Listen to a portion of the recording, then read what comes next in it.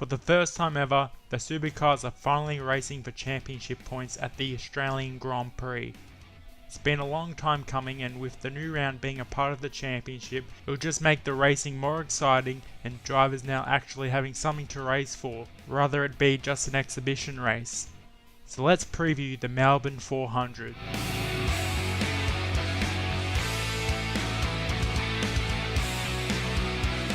So with the opening round of the Adelaide 500 being completed, which I have a review of the Adelaide 500 where I talk about the events that unfolded across the weekend, so if you like, go check that out. But with the opening round done, we now focus to the second round of the championship.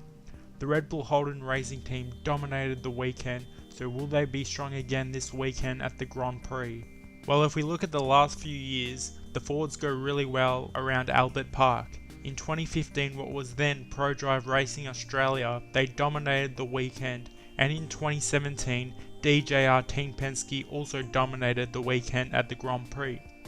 So I think if we look at the form guide, it'll be an interesting battle between DJR Team Penske, Red Bull HRT and TIG Ford Racing, the three big teams, combined with the mix of David Reynolds, Lowndes or a BJR car if they can do well in qualifying, because this round will be all about qualifying at the front.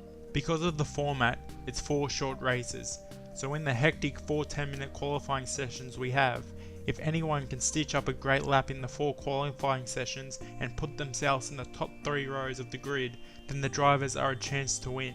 Anywhere below the top 6, you're basically fighting for the podium or a top 10 result. These races aren't long enough, unfortunately. We have 4 races where 2 races are 13 laps and the other 2 are 25 lap races, each with a mandatory pit stop.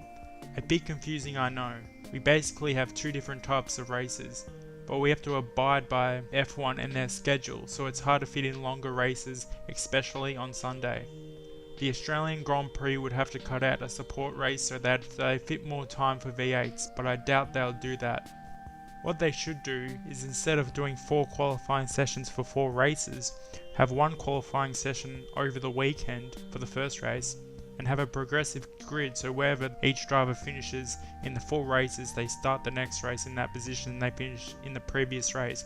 This will save time rather than doing 4 qualifying sessions, and it'll allow for maybe a bit longer of a race. Another thing with this 4 race format is that it's okay to have a DNF or a bad round. Why do I say this? It's because each race has a maximum of 75 points for the winner. A standard race would be 150 points.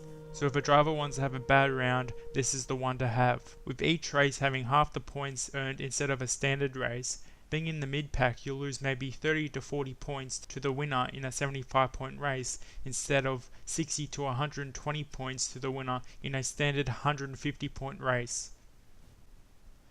So my prediction for the Melbourne 400 is that McLaughlin will be the round winner, because I think the DJR Team Penske cars will suit the fast flowing corners of Albert Park better than the Red Bull racing cars, and it will be a fight between Red Bull and TIG Ford Racing for the final spot on the podium in the combined points and results of the round. So that's my preview of the Melbourne 400. Hope you guys enjoy the weekend of racing. Have a good one, and I'll see you guys for the review.